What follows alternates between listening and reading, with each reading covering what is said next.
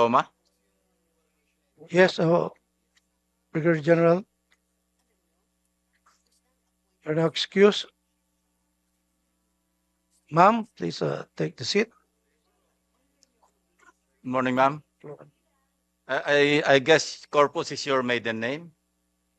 So is your husband a direct descendant of Tomas Cloma? My husband, sir, happens to be a great grandson. Great of- grandson.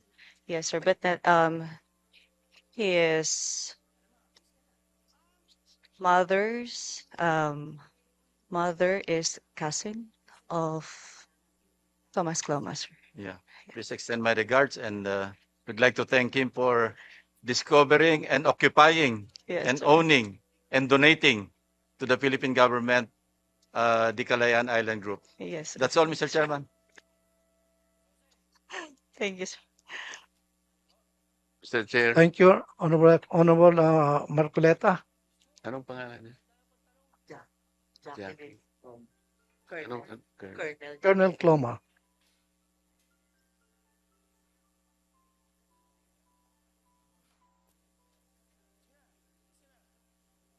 Colonel Cloma, so you are married to the descendant of Mr. Thomas Cloma? Yes, sir. Senator Lacson made reference to his being the one who discovered the what? Kalayaan Island Group or Kalayaan this Island press Group. release? Was that supported by reliable accounts, Colonel?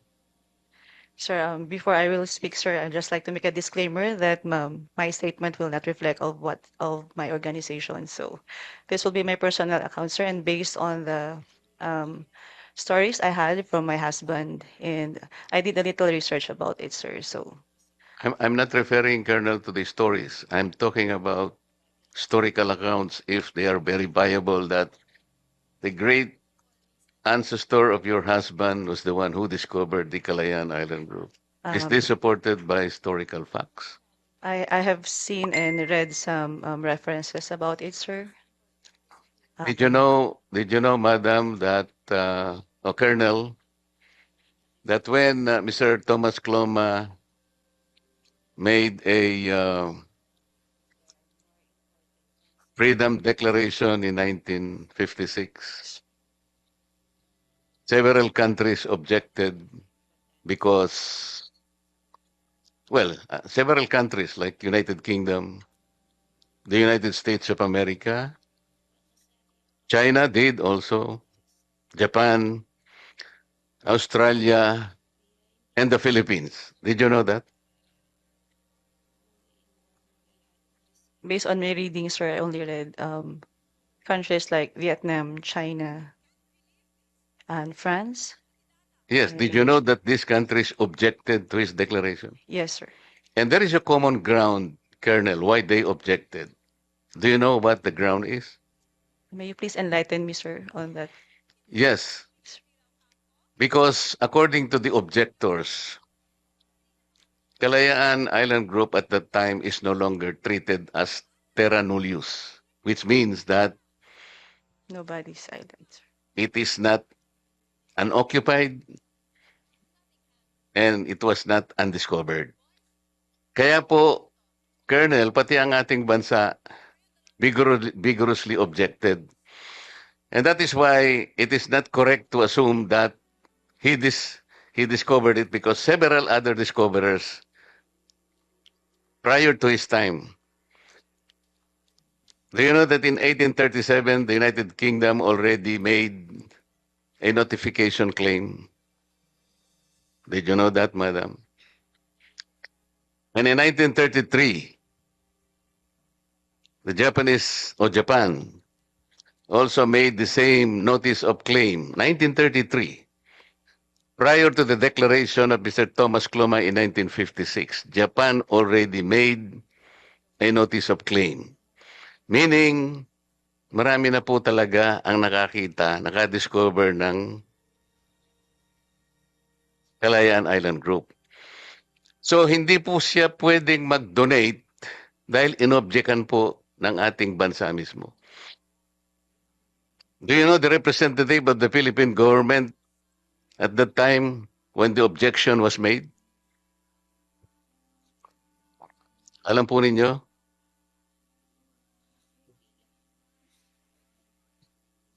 He was then the Secretary of Foreign Affairs, who became President of this country.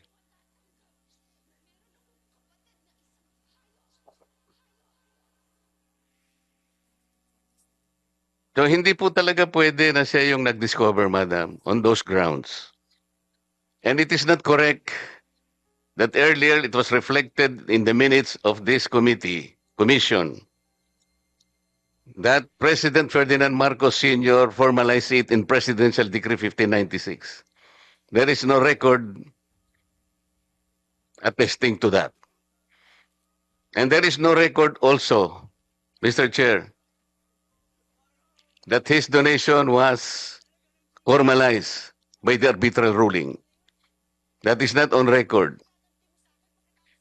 Colonel, Mr. Chair. Just for the record, thank you very much. Thank you, you, sir. Honorable Marcoleta. Mr. Chairman, Yes, Honorable Lacson is recognized. Colonel Cloma, what is the difference between discovery and occupation? Is there a difference? You may discover an island, but if you don't occupy it, then you don't occupy it.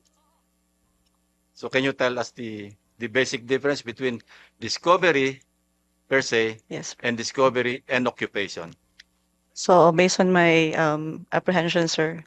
So once you discover something, sir, you just learn about it, and then you can just pass by, sir. Yes, sir. That's the term. And once you occupying is a different thing, sir, because you spend a lot of a time, a certain period of time in that certain area. Yes, sir. Thank you, Mr. Chairman. Thank you, Honorable Lacson. Any more queries from the members? We may now excuse Colonel Cloma, Jacqueline Cloma. I will, sir. Thank you very much, sir. Thank you, Colonel. Any more queries from the members? If we have no more, Honorable Risa Hontiveros. Thank you, Mr. Chair. Also, before my next question, also just for the record, since we are making things of record, the 2016 arbitral ruling, Philippines versus China, concluded that China's 9-dash line has no legal basis for claiming historic rights to resources within Philippine waters, including areas of the Kalayaan Island Group. The tribunal ruled in favor of the Philippines, clarifying that China's claims violate UNCLOS. For the record also, Mr. Chair. Question to the Colonel, I just want to make of record that the arbitral tribunal ruled really on the 9-dash line of China, that the 9-dash line was invalidated because it was not based on historic rights of China. That was correct. But the second premise of Senator Hontiveros is inaccurate because the arbitral tribunal did not rule on the Kalayaan Island Group because the Philippine government in its Philippine memorial did not ask the tribunal to make judgment on that. Because the Kalayaan Island Group is a territory and the arbitral tribunal has no jurisdiction to pass upon on that. That is the record, Mr. Chair. Thank you. Thank you, Honorable Marcoleta.